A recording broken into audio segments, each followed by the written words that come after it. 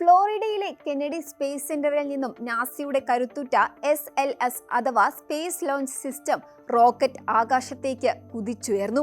Artemis 2 mission ഇപ്പോൾ എവിടെ എത്തി? ആകാശത്ത് ആ 4 ബഹിരാകാശ സഞ്ചാരികൾ ഇപ്പോൾ എന്ത് ചെയ്യുകയാണ്? നമ്മുടെ പാദങ്ങൾക്ക് താഴെ നിന്നും 3 ലക്ഷത്തിലധികം കിലോമീറ്റർ അകലെയുള്ള ചന്ദ്രന്റെ നിഗൂഢതകളിലേക്ക് അവർ എത്ര ദിവസം കൊണ്ടെത്തും? നമുക്ക് വിശദമായി പരിശോധിക്കാം. ഏപ്രിൽ 1 ബുധനാഴ്ച വൈകുന്നേരം 6:35 ആർട്ടിമിസ് 2 വിക്ഷേപിച്ചത്. ഇന്ന് ഏപ്രിൽ 2 ആയപ്പോഴേക്കും സഞ്ചാരികൾ ഇരിക്കുന്ന ഓറിയോൺ സ്പേസ് ക്രാഫ്റ്റ് ഭൂമിയുടെ ഉയർന്ന ഭ്രമണതലത്തിൽ എത്തിക്കഴിഞ്ഞു. ഏകദേശം 25 മണിക്കൂർ അവർ ഭൂമിയെ ചുറ്റും. എന്തിനാണെന്നറിയാമോ? അവിടെ വെച്ചാണ് അവർ വിമാനത്തിന്റെയോ കാറിന്റെയോ ഒക്കെ ചെക്കപ്പ് പോലെ ഓറിയോൺ പേടകത്തിന്റെ എല്ലാ സിസ്റ്റങ്ങളും കൃത്യമാണോ എന്ന് പരിശോധിക്കുന്നത്. ഇതിനെയാണ് സിസ്റ്റംസ് ചെക്ക്ഔട്ട് എന്ന് പറയുന്നത്. ഇതിനോടകം തന്നെ പേടകത്തിന്റെ സോളാർ പാനലുകൾ വിരിഞ്ഞു കഴിഞ്ഞു. പവർ സപ്ലൈ എല്ലാം ഓക്കെയാണ്. ഇനി അടുത്ത ഏതാനും മണിക്കൂറുകൾക്കുള്ളിൽ അവർ ചന്ദ്രനിലേക്കുള്ള യഥാർത്ഥ യാത്ര തുടങ്ങും. ഇതിനെയാണ് ശാസ്ത്രജ്ഞർ ട്രാൻസ്ലൂണർ ഇൻജെക്ഷൻ എന്ന് വിളിക്കുന്നത്. അതായത് ഭൂമിയുടെ ഗുരുത്വാകർഷണ വലയത്തിൽ നിന്നും പുറത്ത് ചാടി ചന്ദ്രനിലേക്ക് ലക്ഷ്യം വെച്ച് കുതിക്കുന്ന ആ നിമിഷം. ഈ മിഷനിൽ 4 പേരാണ് ഉള്ളത്.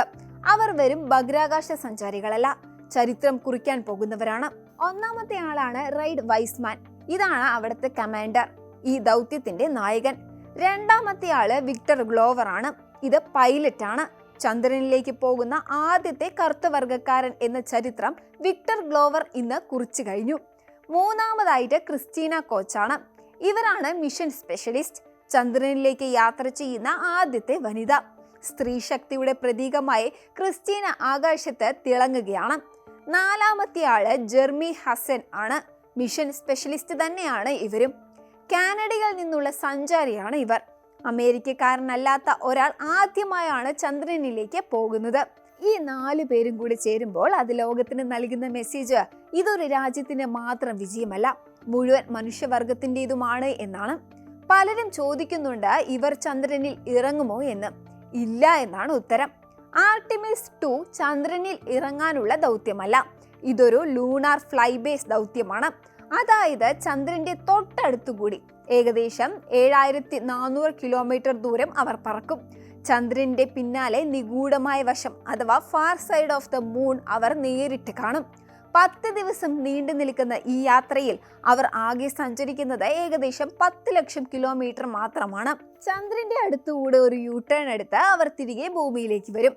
ഇതിനെ ഫ്രീ റിട്ടേൺ ട്രാജക്ടറി എന്ന് പറയും. ഇതിലൂടെ വിമാനത്തിലെ ഓക്സിജൻ, വെള്ളം, കമ്മ്യൂണിക്കേഷൻ തുടങ്ങിയിട്ടുള്ള ജീവൻ രക്ഷാ സംവിധാനങ്ങൾ ബഹിരാകാശത്ത് എത്രത്തോളം കാര്യക്ഷമമായി പ്രവർത്തിക്കുന്നു എന്ന് നാസ ഉറപ്പുവരുത്തും. ഇത് വിജയിച്ചാൽ മാത്രമേ 2028 പ്ലാൻ ചെയ്തിരിക്കുന്ന ആർട്ടിമിസ് 3 മിഷനിൽ മനുഷ്യനെ ചന്ദ്രനിൽ ഇറക്കാൻ നാസ തയ്യാറാവുകയുള്ളൂ. അപ്പോളോ ദൗത്യങ്ങൾക്ക് ശേഷം 50 വർഷം നമ്മൾ എവിടെയായിരുന്നു? ഈ ചോദ്യം എല്ലാവർക്കുമുണ്ട്. അന്ന് അതൊരു വെറും മത്സരമായിരുന്നു, സ്പേസ് റേസ്.